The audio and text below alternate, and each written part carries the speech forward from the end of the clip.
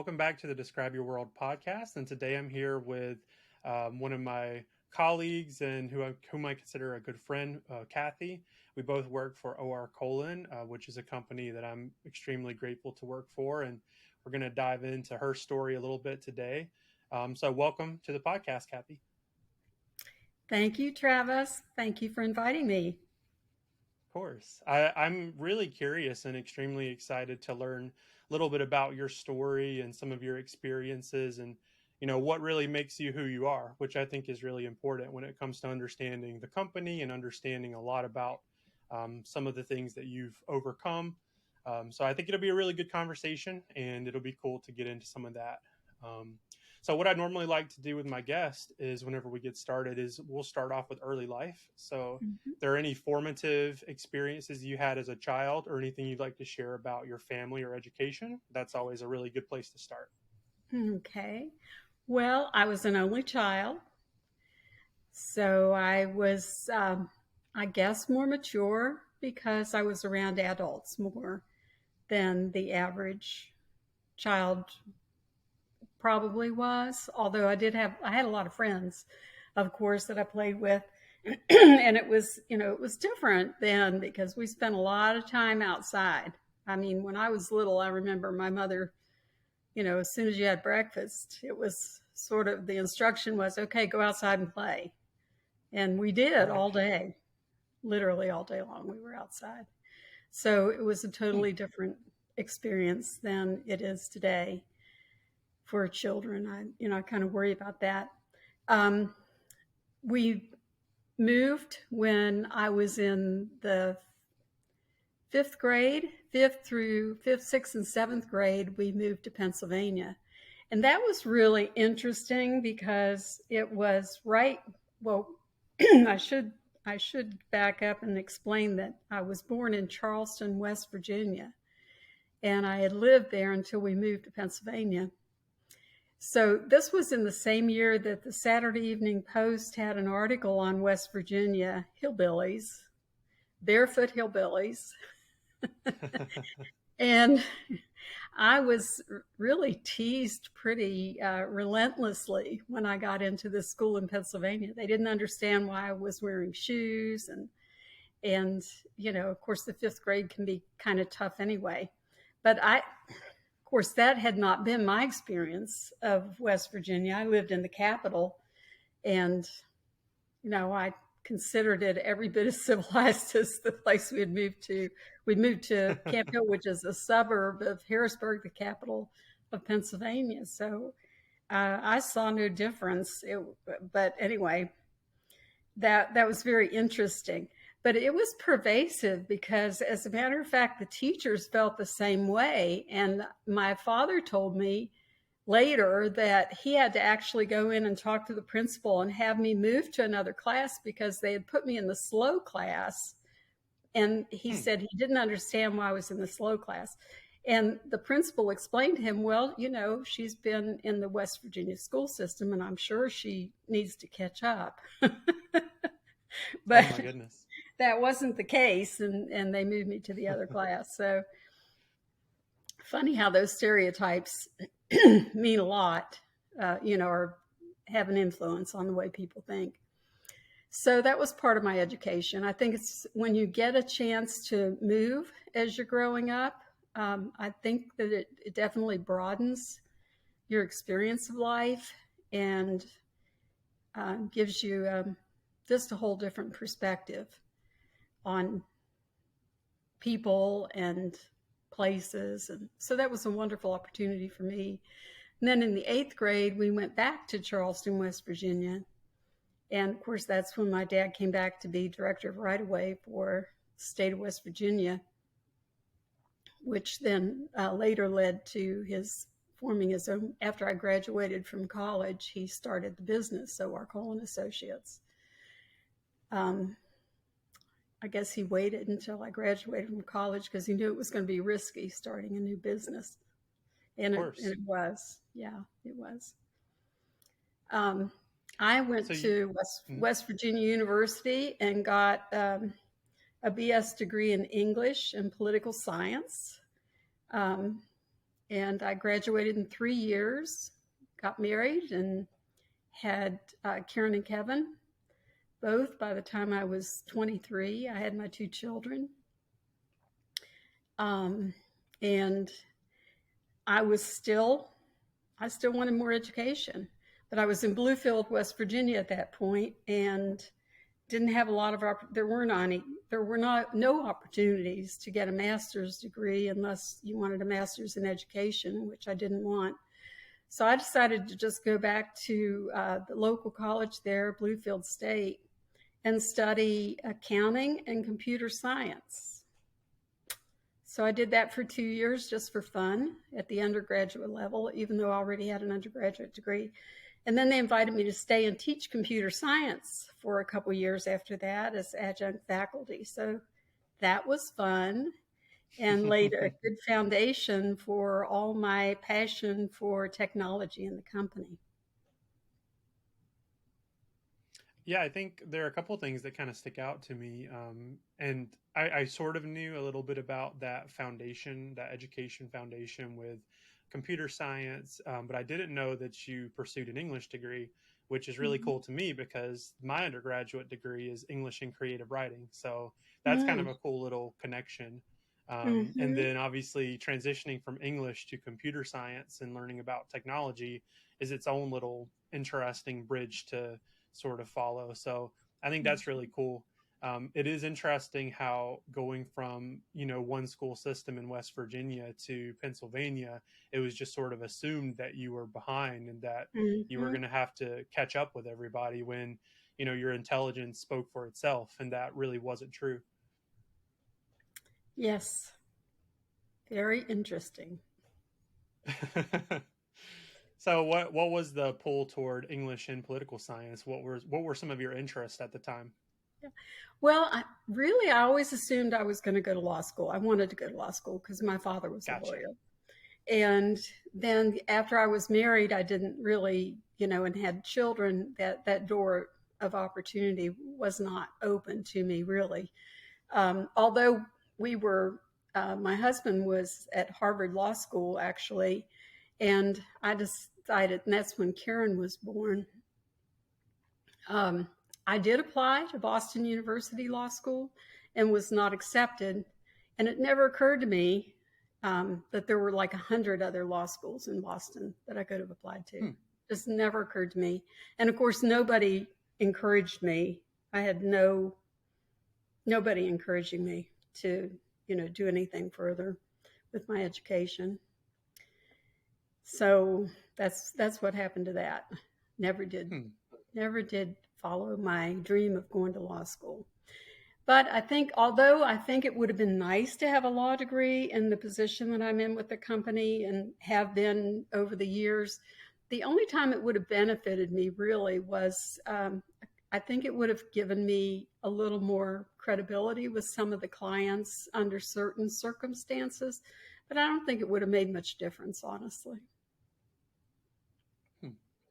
I wonder, do you have any experiences from your, earlier life with any type of barrier due to like gender, like any type of whether it be education or career that sort of, reared its ugly head, if you will, just because you were a Mhm. woman? Honestly, I didn't perceive anything like that when I was growing up. Um, I just didn't. I didn't feel it, and I think part of the reason I didn't feel it was because of the way my father, in particular, raised me. I sometimes joke and say I was raised as both a girl and a boy because he only had me, True, and true. I just maybe those things were happening around me, but I didn't perceive it, and I really have not felt it in business as the way I think a lot of people do feel like they experience a lot of that in the business world. But that just has not been my experience. Hmm. That's really cool. I mean, that's a Hmm. good, and I think it's a cool little tie-in. You know, that since you were the only one, that maybe your the parenting styles may have been a little different, and it might have changed Hmm. your experience a little bit, which is a good thing, I think, because I think you sort of come across as very ambitious when it comes to your education and your career pursuits, and I think that maybe that plays into it a little bit. But it Hmm. is a nice segue into the parenting styles of your mom and dad. And I am curious about your dad and sort of how right away and utility came into play, and when you became aware of the industry that he worked in. Yes. Well, of course, during my father's lifetime, we were not in the utility sector at all. We were only in the public sector. Okay. And he of course, had worked with the Federal Highway Administration when we were living in Pennsylvania. That was why we moved there, for him to work with FHWA. And he was aware of the uh, law that was being written, the Uniform Act, which passed in 1970. And he knew what an impact it was going to have on the transportation industry and the right of way industry. And he knew that the states were not prepared to implement this new law. As a lawyer, it was easy for him to understand it and interpret it for people. So um, he decided when he started the company that it was a real great window of opportunity for him to use his expertise in combination with this new law to have an advantage as he started his new business. It did give him a big advantage. So he fell into, and I talk about this in my book that I wrote about the history of the company. My dad fell into the right of way industry because his first job out of law school was he was hired by the West Virginia Turnpike to acquire all the land for the very first version of the West Virginia Turnpike. Um, so, like everybody else, if he hadn't just stumbled into it, he may never have become aware of the right of way industry. Well, we were aware that a lot of our competitors were in the utility sector.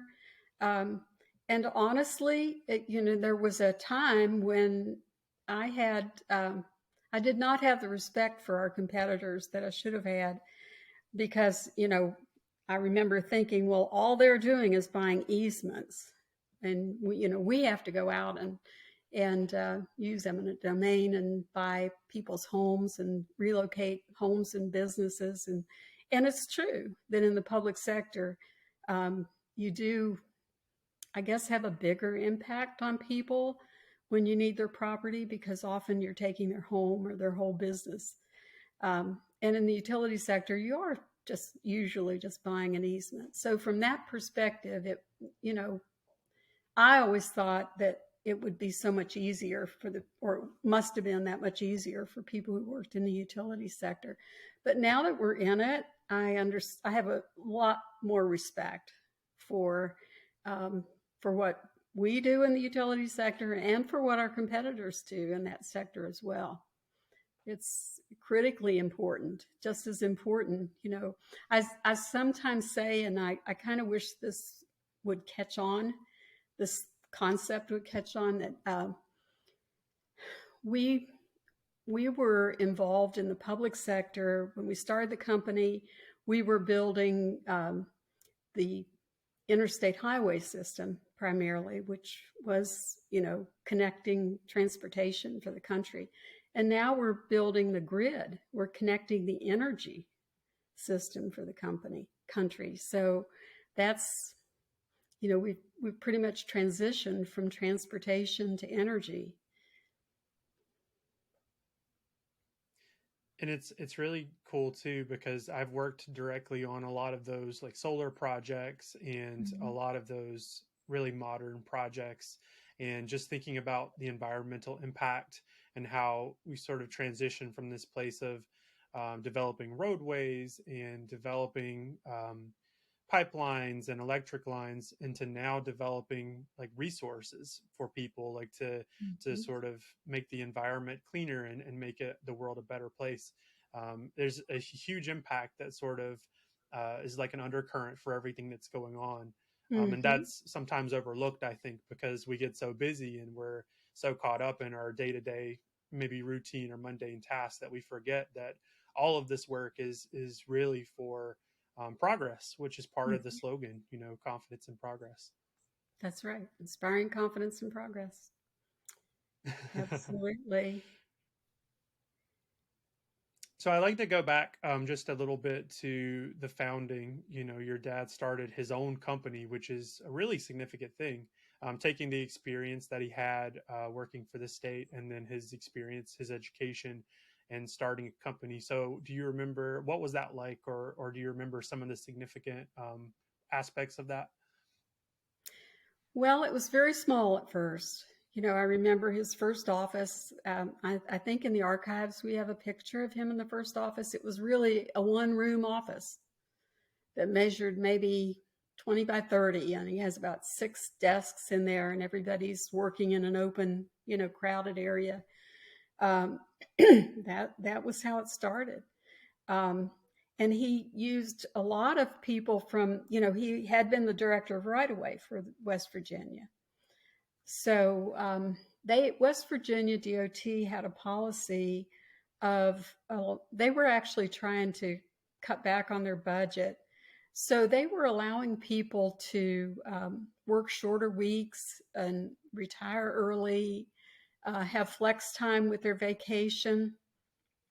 And they didn't have any conflict of interest issues with the right of way people from the Department of Transportation in West Virginia working part time for my dad. So he really started out with part time workers from the DOT there, which was a very efficient way to get a company up and going. And a lot of the work we did was around airports. So I'll give you an example.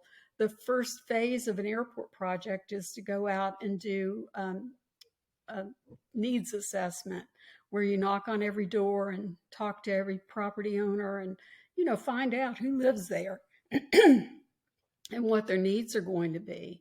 In other words, do you have a family there with 5 children that needs to find another home in that school district? Or do you have somebody who, a single, a retired person whose health is failing and really wants to go to an assisted living facility? You need to figure out what these people's needs are. And then part of that needs study is to go out and find out what's available, what kind of housing is available for people in the community, so that you're ready to match them up with available housing when the project begins. So we would mobilize a group of people to go to that location, and it would normally be out of state. So they would go for a long weekend and take their time off from the DOT, and a team would go out and do this relocation plan. So that's how we got started. Were you working for the company right from the jump? Only as an editor of his textbooks. He wrote the textbooks and taught classes on the Uniform Act um, as a way of marketing his services to begin with. And he would, when he wrote a textbook or anything else he wrote, I edited everything that he wrote that got published. So whenever he would write something, he would pace and dictate to a typist, and she would type it up, and then they'd send me the transcript and I would edit it. And it was like the whole thing, like a whole chapter would be one run-on sentence. No punctuation, nothing. So As an I English major, we can definitely you we get it. have Yeah, you know yeah, what I'm I get talking it. about. It would be a challenge to make that look like a comprehensive, piece of Right. work. I'm not exaggerating. There was no punctuation. She just typed words. But anyway, it worked for him. But he liked to walk. He liked to pace around while he was thinking and dictating. It And I worked, and guess they it was were. good for you too, because it was, Yes. you got to see his thoughts and you got to see the process sort of Yeah. all typed out. And then as you interpreted it and constructed sentences and paragraphs, it was like it was kind of sinking in. Exactly. I think I think it was his way of teaching me the technical side of the business. Even though I was home with two little babies, that's, I was doing this, and I was learning the technical side. Well, that's really cool, though. I remember, I don't know if you talked about it during the initial the group call that we did when I first joined with the company, but I know Mhm. that we've talked about before, you doing some of the technical work as well, kind of utilizing some of your computer technology skills too.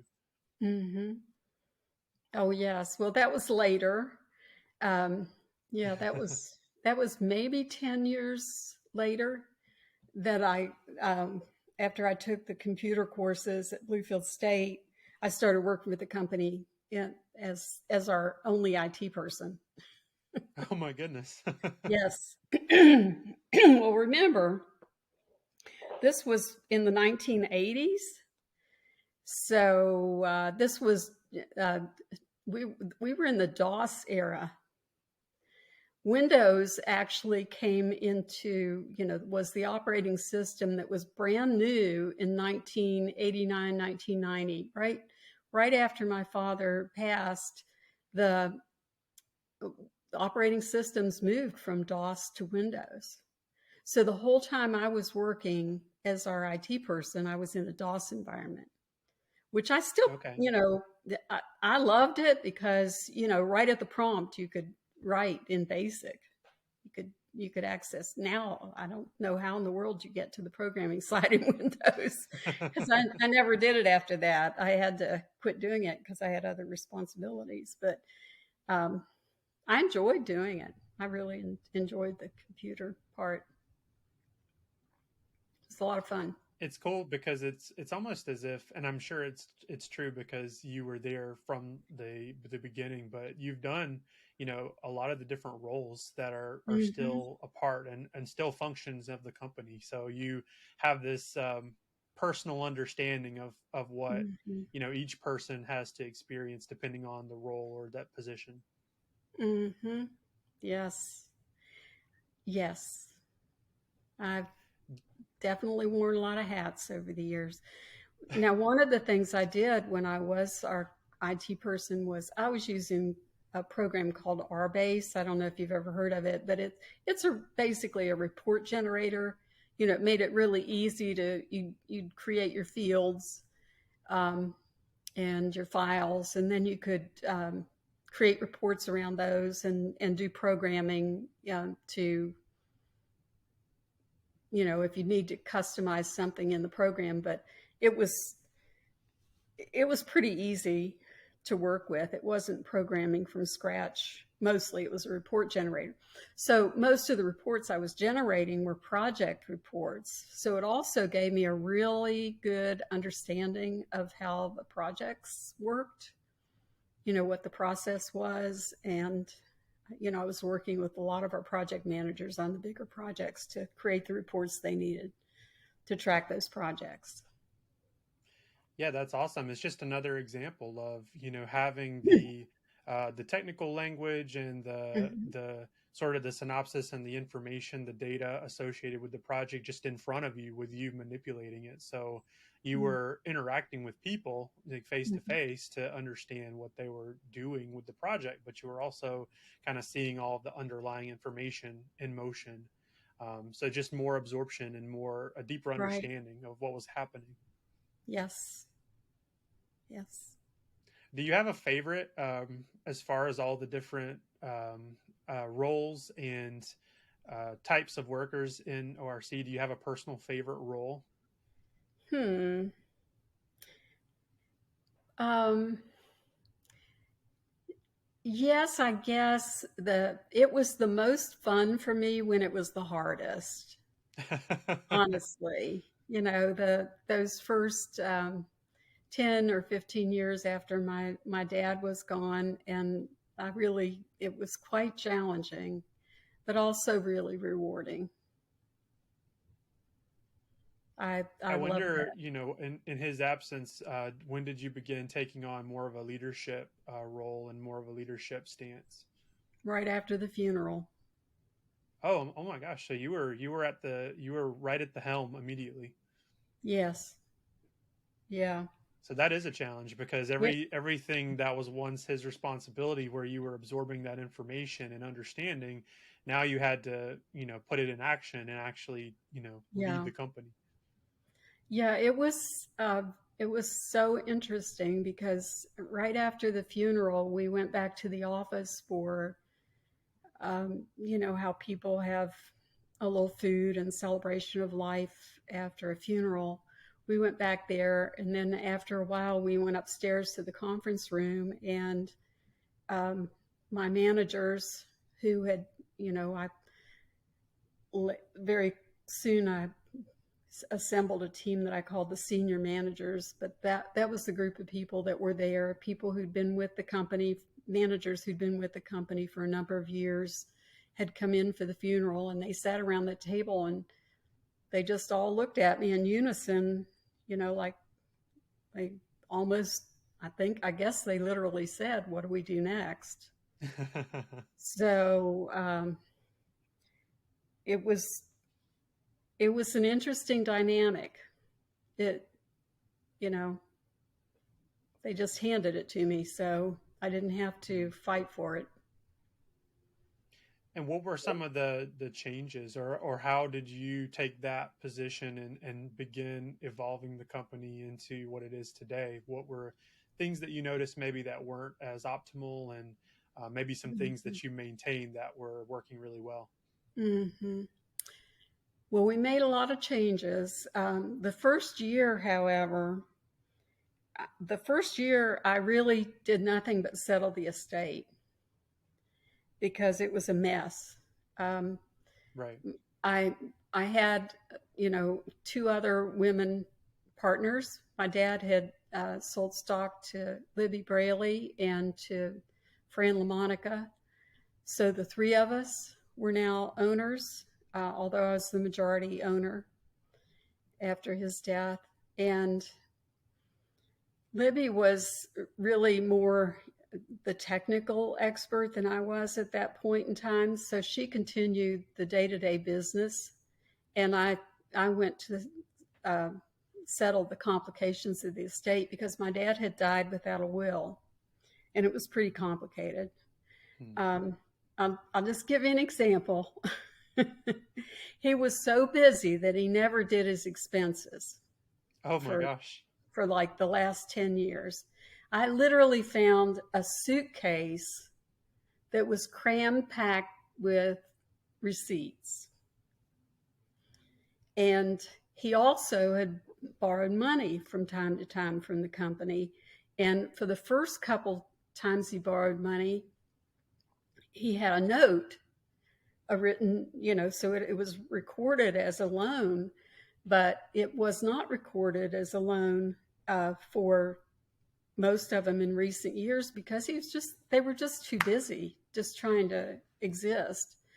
So I really had to clean up all that. And I was able to offset most of the loans with the expenses because, now I was looking at paying taxes on the money that he had borrowed over the years. And I had to show that they were loans and pay them back rather than pay taxes on them. So anyway, there are a lot of complications like that I had to work through in that first year. So it sounds like, in the after your father passed, that first year at least, you were had to put a lot of trust into your, colleagues and the project managers who were working the projects, because you were organizing and cleaning up a lot of, the financial chaos Mm-hmm. in the wake of that situation. Yeah, it was pretty chaotic too. I've also told the story that the uh, about 5 days after his funeral, the bank canceled our line of credit. I've been in touch with him every day that week, telling him I might need the line of credit. I might need the line of credit. And then Friday, after we ran payroll, I called them and said, I need the line of credit. And they said, well, I'm sorry, we can't extend the line of credit to you. I go, what? What are you talking about?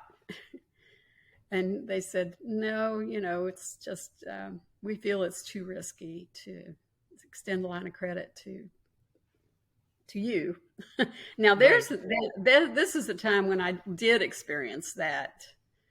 I said earlier I did not experience discrimination because I was a woman, but I Mhm. certainly did regarding the line of credit. I sure did. And Hmm. I told him, well, don't worry, I'll cover it because I needed to borrow $50,000 for the payroll that day. And it just so happened my dad had left me, all he'd left me in terms of life insurance was one $50,000 policy. So I used it for that first payroll. And that gave me time to go out and shop a line of credit. And I went to lots of banks. I went to every bank in Charleston and was summarily turned down at all of them until I happened to walk into one where the president of the bank was a woman instead of a man, and I happened to have gone to West Virginia University with this woman, Phyllis Arnold, and she she gave me the line of credit.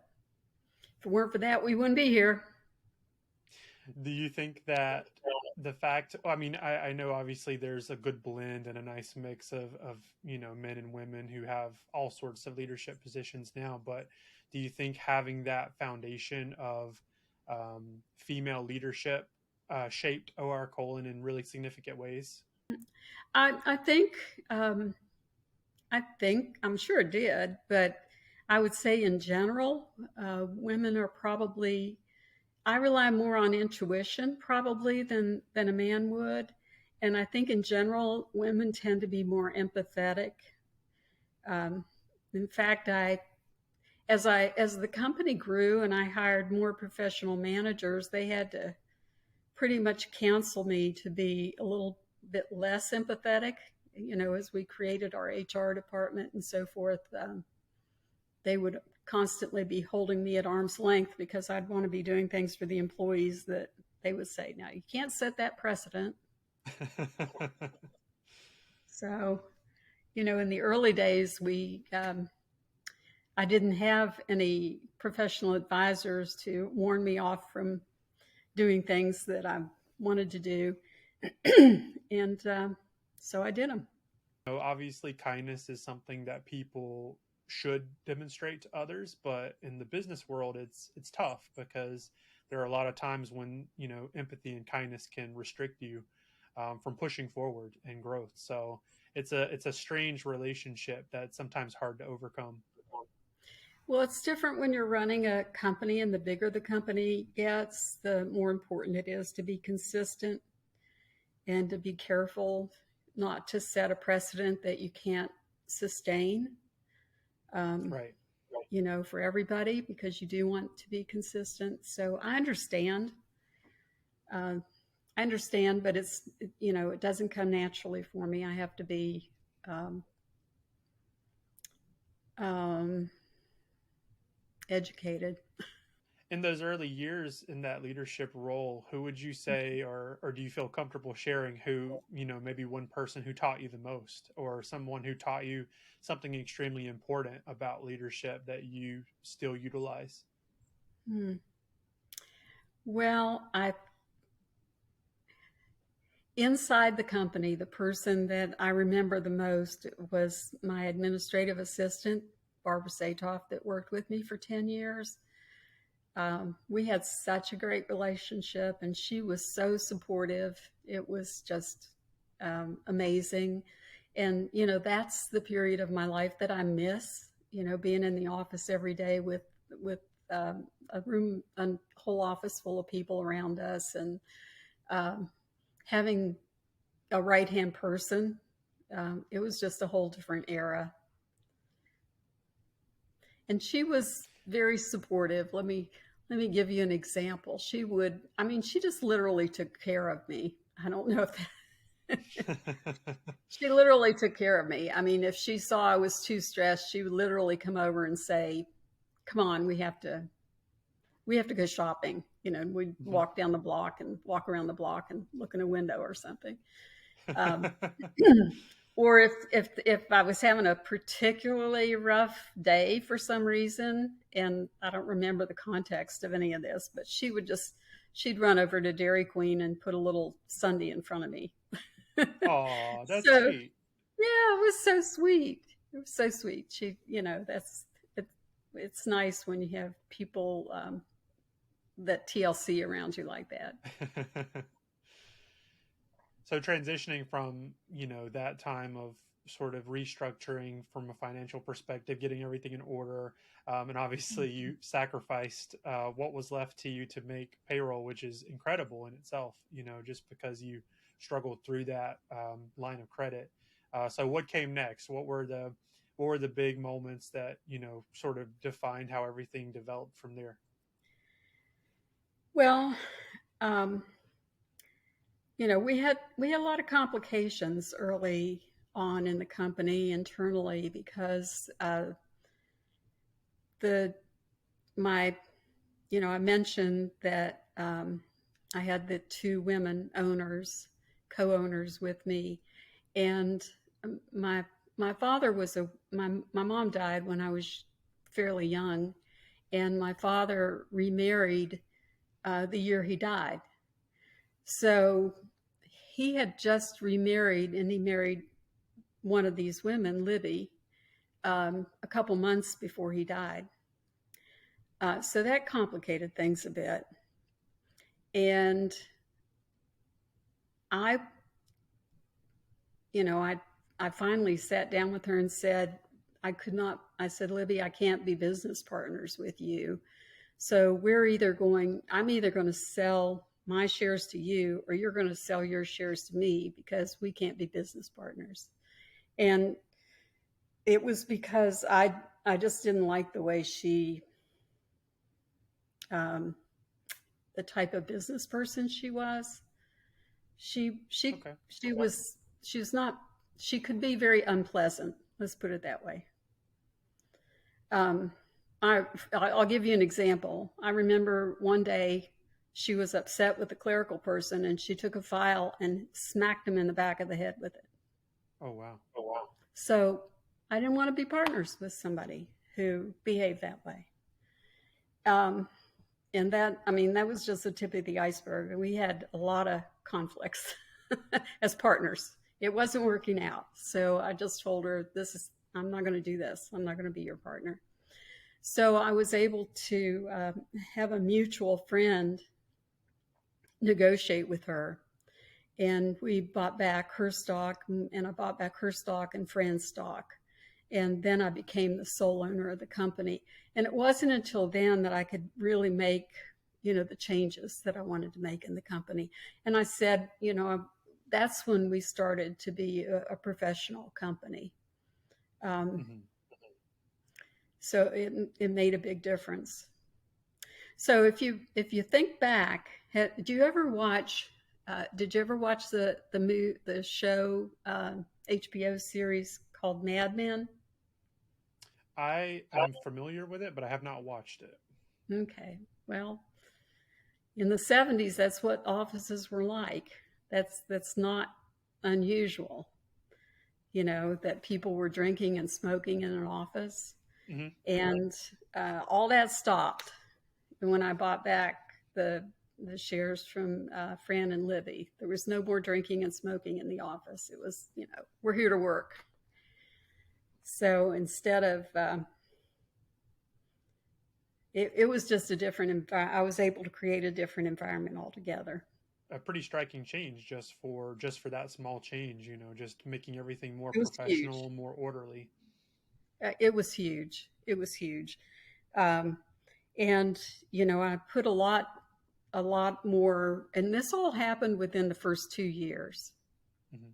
By the way, this wasn't a long time thing. I did it almost immediately, and put a lot more trust and authority in our senior managers. Um, and they were ready to take on that responsibility. Really, it was a move that was really good for our company. I did it out of necessity, but they were ready for that additional responsibility. And it worked out very well for us and helped us grow over the next 10, 15 years. Um, we were still a small company, relatively speaking.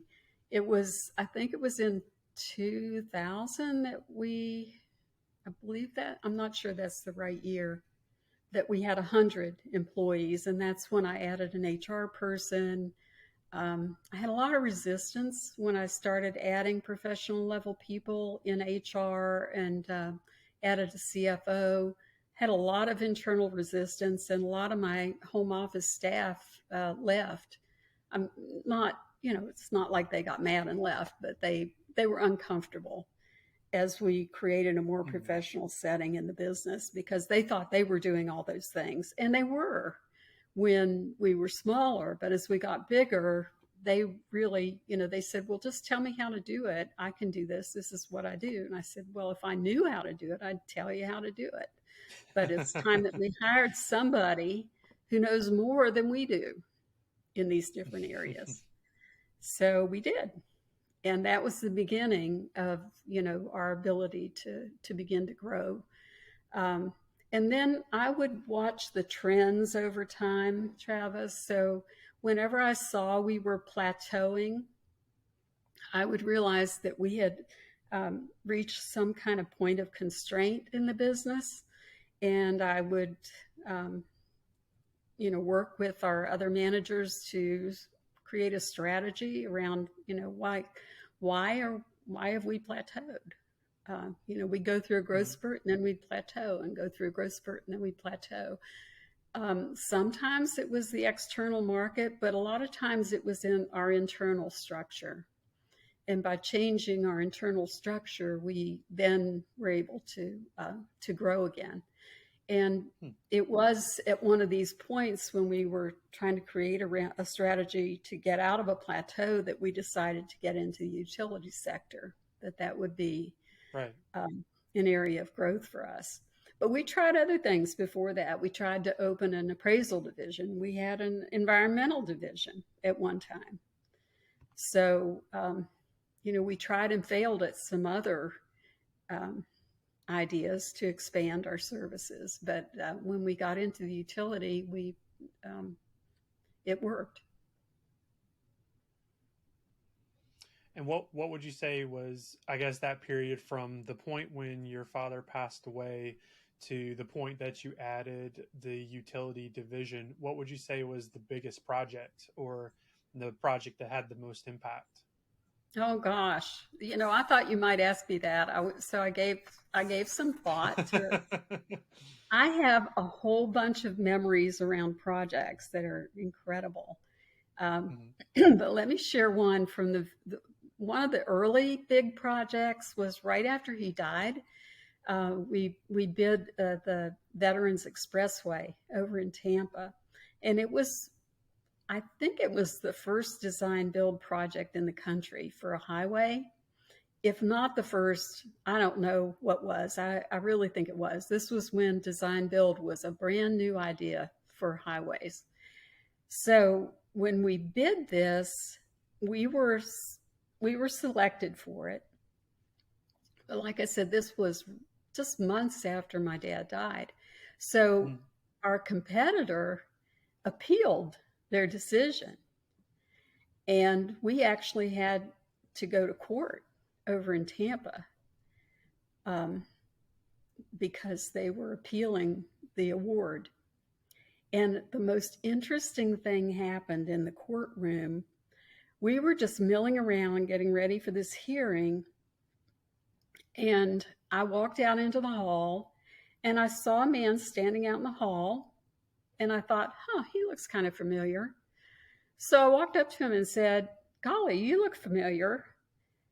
Um, Wonder, have we met before? And then I started thinking, and I said, I think I met you when we were doing a relocation plan for some airport, someplace in Florida. And he looked at me and said, well, yeah, I was there. Maybe I did meet you then. It was so funny because then we went back into the courtroom, and it turned out he was the star witness for the other side. And the point was going to be, he was going to say, yeah, I've never met these women. they don't have any experience in the right of way business. Mr. Colan was the one who knew what he was doing. These people, you know, he said, but this lady just reminded me that I met her when they were doing a relocation plan. So it kind of blew their whole case. I Mm. think it's kind of a, minor miracle that I guess I happened. would call it a happy accident, but yeah, it's one of Yeah, those situations yeah, where, you everything just kind of worked out the right way and it worked in your favor. it absolutely did. So that was so we kept the project, and it was a big success for us as well.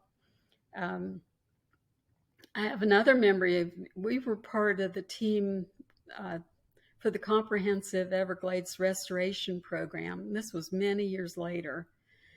But when we were bidding this project, we were just um, one of the subcontractors with an engineering firm. Are you familiar with the Comprehensive Everglades Restoration Program at all, Travis? I think so. I think I might have seen some documentation about that somewhere. Yeah, they're still working on it. Um, Hmm. the idea was to create some reservoirs of fresh water to keep all the water from running off into the ocean so quickly. Okay. Anyway, that was part of the design of it. But the funny thing was, they had an hour-long presentation with all these engineers, and we rehearsed it for 2 days. It was quite a production. It really was. And they only gave us, as the right of way people, 2 minutes to talk. Two Hmm. minutes to talk. So in my speech, and I was there with Dick Moeller. Now, Dick Moeller had just retired from the Federal Highway Administration. He was head of their right of way division in Washington, D.C., and he was one of the authors of the Uniform Act. Okay, so he's there with me for this presentation. And in our little 2 minute rehearsal, I said, this is going to be a very high profile, federally funded program, and it'll be imperative that you follow the Uniform Act for the federal reimbursement.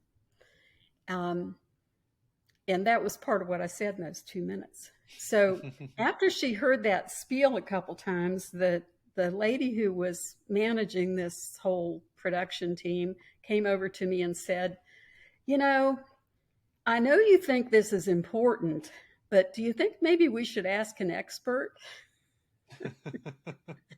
And I looked at her and said, well, have you read Dick Muller's resume? that was that was hilarious. So I don't know, how do you convince somebody when you have the number one expert in the whole country, at your right hand, and they don't understand enough to find that that's credible. And then the Of irony course. was, during the question and answer period at the end, there was a panel of like 8 or 9 people, and every one of them, the only questions they asked were about right away.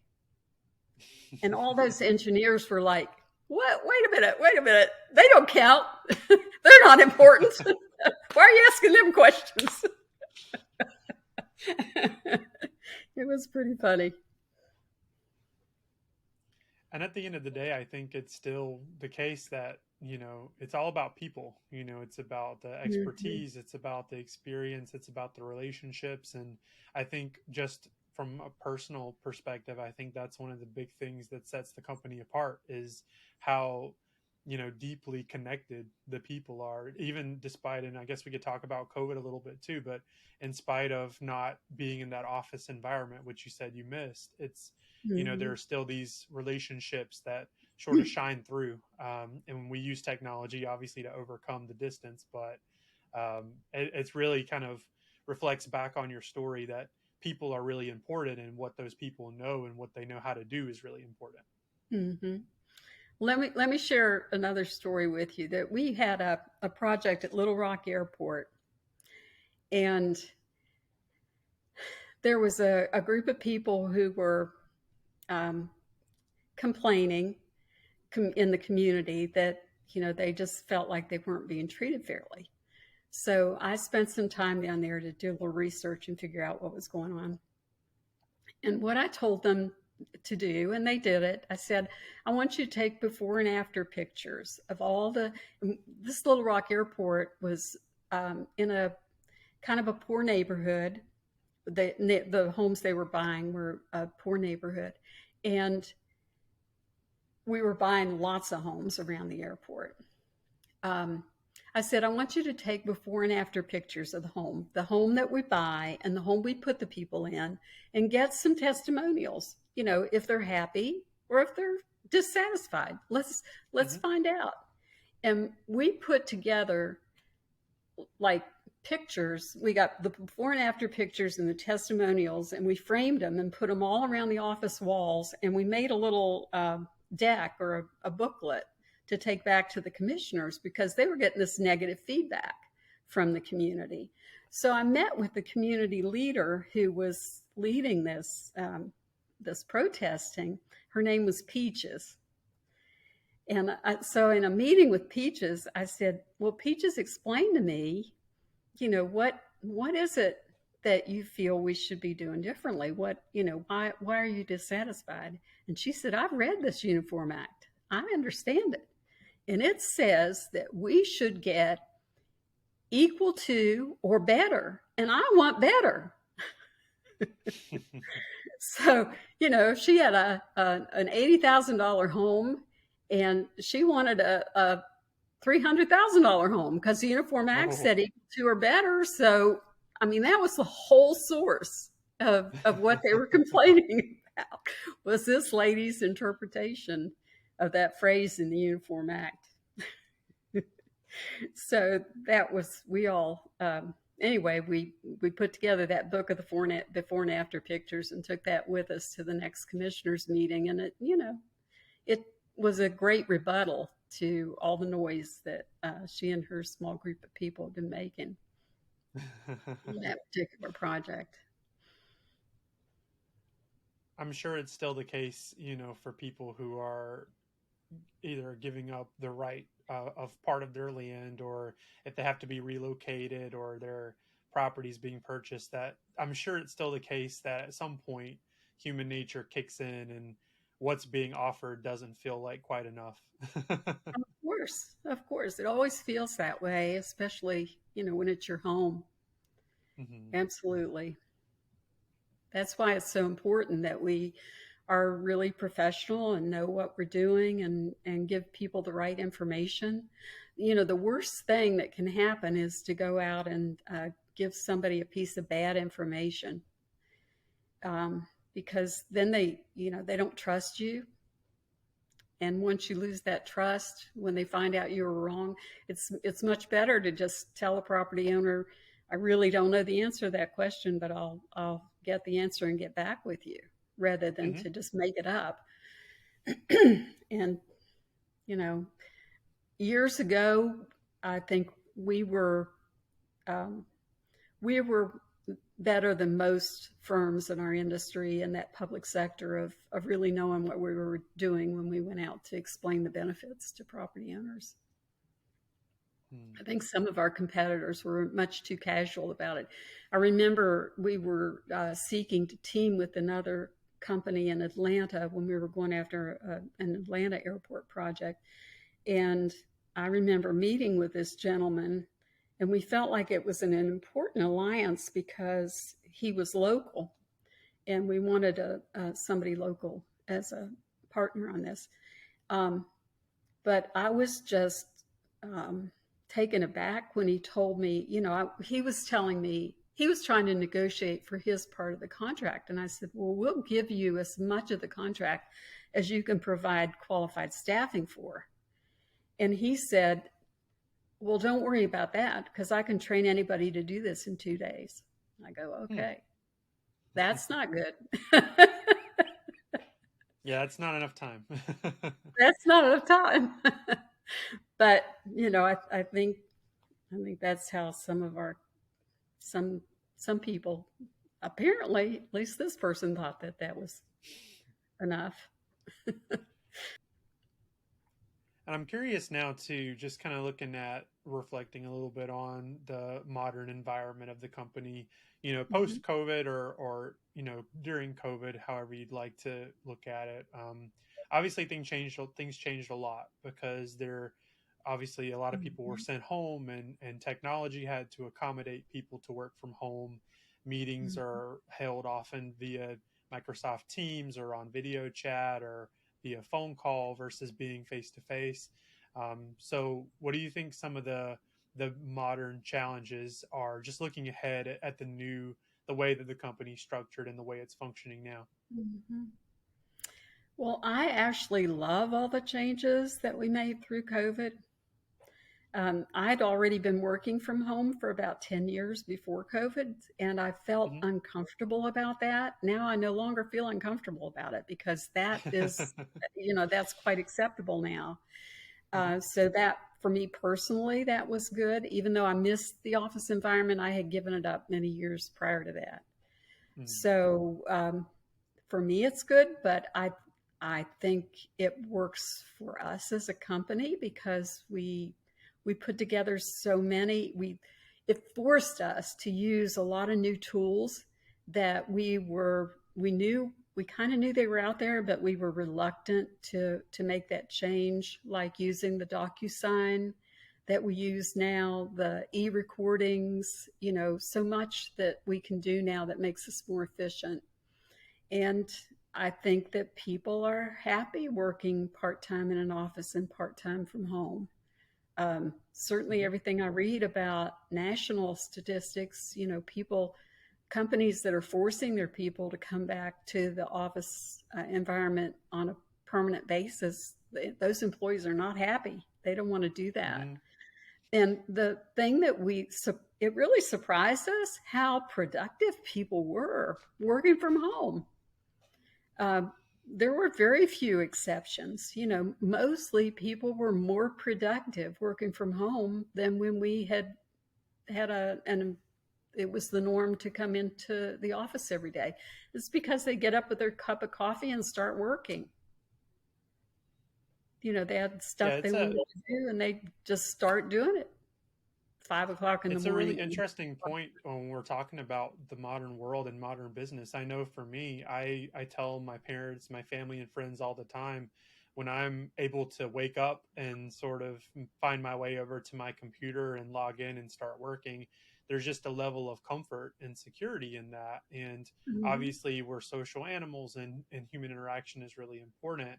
But I'm so tightly knit with our IT team as well as the PMs and the agents that I do GIS work for that I don't really feel like I'm losing that sense of connection. I feel like I'm Mhm. able to talk to my coworkers anytime I'd like to, but I'm also able to be comfortable. And Mhm. I think my carbon footprint is going to be just a little bit smaller because I don't use my car as much, and I can think Mhm. of a lot of benefits to it. So it was a big transition and it might have been uncomfortable for a lot of people, but at the end of the day, I'm not sure that there's a huge negative impact.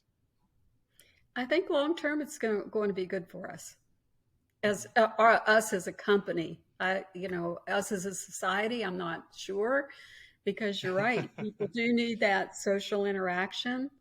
Um, but I feel like when I'm in a Teams meeting with somebody, I feel like yeah, I mean, I almost feel as good as being in the room with them, honestly. Hmm. I meet new employees via our Teams meetings, and I feel like I've really met them, as opposed to then when I see them in person, they say, "Oh yeah, we haven't met." I said, "Well, I feel like I have because I, talked to you in the Teams meeting. Really do feel like I've met those people." So for me, it works, and I think generally speaking, for our group of employees, this new normal has been good for our company. It puts us on the progressive side of companies, and we're adapting, we're adaptable. Adaptability is one of our values, and this is just one of the ways we've shown how adaptable we are. And as you know, and I'll just give you a personal compliment to you and the whole IT team, we do have the best IT department in the industry. I'd put a big bet on that. I just know it's true. You guys are the best, absolutely. And when we had to send everybody home to work, that went so smoothly because you already had everybody's computers set up so that, we can log in, you can log in and help us when we have problems with IT. And most companies weren't ready to do that. So for us, it was a very easy move compared to companies that, you know, didn't have the IT support in place that we had already. I think it speaks a lot to this generation and people that are coming on board. They're just extremely prepared for whatever situation they have to work through. And Mm-hmm. they were extremely willing to work with us on our changes just because we were going to make sure they were able to do their work. So it's a really cool family environment, and that's sort of an umbrella term for ORC, but it really is like a big family, and Mm-hmm. people are really willing to help each other and work together. Yeah, for me, the big change that I had to learn was turning my camera on. Because I had always said, I'm not going to turn my camera on. If I have to Right. turn my camera on, I'm going to have a photograph that comes up of me because I don't want to have a live camera. So I had to get used to being live on camera, and I don't mind it at all now. But, you know, when we first had to be on camera all the time, I was like, oh boy, I don't think this Right. is going to be good. But I got used to it. It definitely works out, for our benefit in the long run. It's fun, and it gives us a lot of comfort being at home and in the environment we'd like to be in. Yeah, absolutely. And you don't use all that energy just going back and forth. Right. Yeah. I mean, that's one thing that I've talked to my parents about too is like, that's almost a raise in itself, just being able to work from home and not, because Mm-hmm. I live about 45 minutes from the corporate Yeah, office right now. So for me to yeah, commute in would have been, a ton of gas money, a ton of time right, spent in the car. So that's almost a huge perk in itself, just having that right. convenience. It's You really got an awesome. hour and a half back personal time every day, really. And that's true for most people. They really Mhm. appreciate not having to commute. And the commutes are getting to be horrible. Mhm. Yeah. In so many, I mean, Charlotte is terrible. The traffic in Charlotte, as an example, is just really, terrible to have to sit in that kind of traffic. But, Travis, I want to commend you for having this podcast. What a wonderful way to balance your life personally, because when you're in the IT world, um, this is such a good balance to what you do in your day job, I'll call it. Uh, to have a podcast like this and explore um, these conversations with people. I listened to a couple of your podcasts, and I was really impressed with the variety of your topics and the depth of your conversations.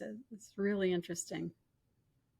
Well, thank you. Yeah. So, I always say the intent that I have is that just one person would listen and take away something valuable from the podcast. And if a single listener gets that experience, then I feel like I've accomplished something. So Mm-hmm. it is a lot of fun, and I'm hoping that it continues to grow over time. So anybody who's listening, click follow if you're on Spotify or Amazon or YouTube, and just make sure you stay up to date with the recordings because, as Cathy said, there are some really cool conversations, and we get into some really Mm-hmm. cool topics.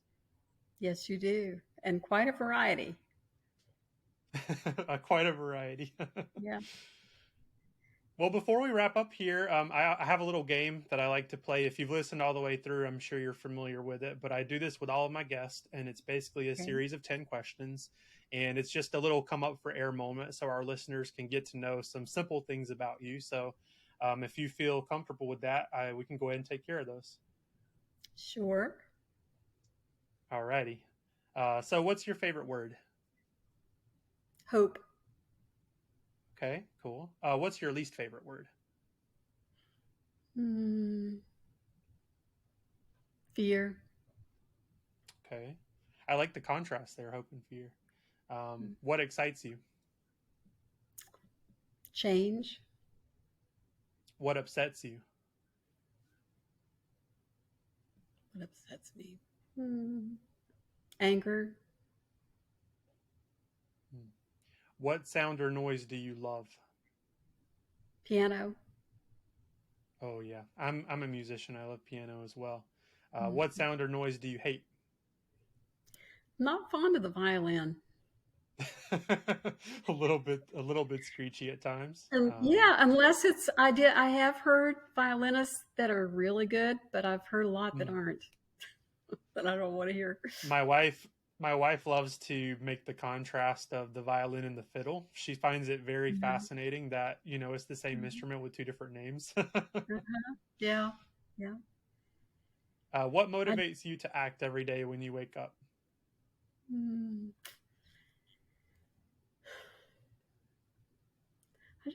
I like to get things done. Okay, cool. And if I don't have a big project, I'll do a little project. I just like to I like to create, build, do something, make something, do something, build the company, build some Mhm. piece of it, build an outline for something. I don't know. Just I like to get something done. What profession other than your current one would you like to try?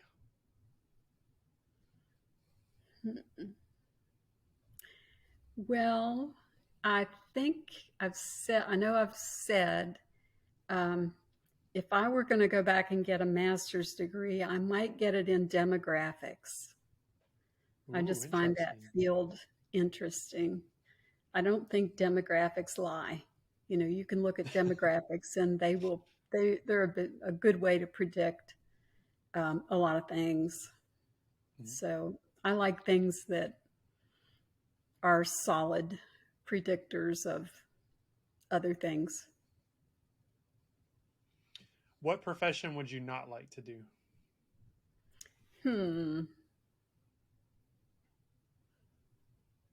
I probably wouldn't want to be a professional chef or cook. And I say that because my granddaughters, when I go to visit my son, he has three little girls, and I always make applesauce, apple pie. They think, oh, Nana, you make everything with apples. You should open an apple restaurant or an apple bakery. And when I think about that, I'm like, boy, I love doing this for the grandchildren, but I wouldn't want to do it every day, year round. So, And then the last question here, if heaven exists, what would you like to hear God say when you arrive at the pearly gates? well, I hope he says welcome. But I have a, a perspective on that.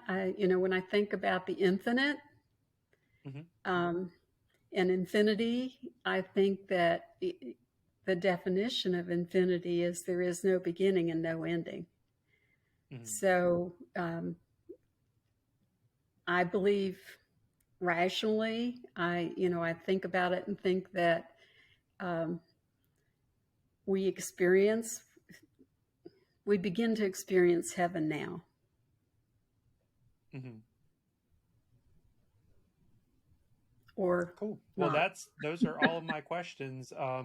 Good. So I would like to thank you for coming on and spending this time with me and having the conversation. I'm obviously going to work through it and create a really cool episode out of it. It was a lot of fun. It was some really good topics, but I It always was. leave the final word to my guests. So whatever you'd like to share or whatever you'd like to say, it's all Oh, yours, and then we will wrap.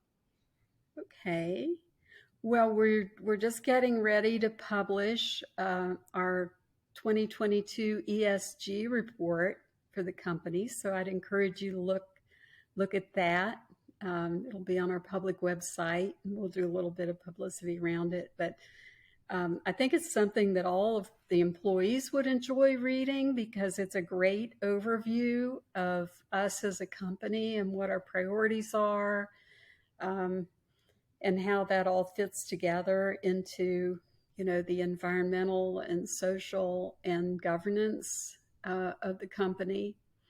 Um, And I was surprised at how easy it was to write the governance part because we really do organize our company for sustainability.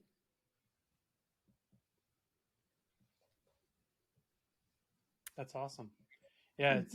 it sounds like we have a lot of direction, and you feel really good about the way that we're structured in a trajectory that's going to lead to even more growth and success, which is always exciting. Mhm. Yeah. I watched, in recent years, I watched some family businesses that I knew rather well because they were friends and family businesses that went out of business. And when I compared them, their business structure to ours, the difference is that, I've taken the step to put professional level managers in place. Hmm. And these other businesses that I observed failed um, all had nothing but family members in management. So, I realized that the failure rate of family owned businesses includes a lot of businesses who, only allow family members to be in the management level of the business. And Hmm. that's not a sustainable model. I Right. think the model that we've built, that includes professional level managers, um, is critical to sustainability. Absolutely. All right. Well, thank you again for joining up. Thank you, Travis.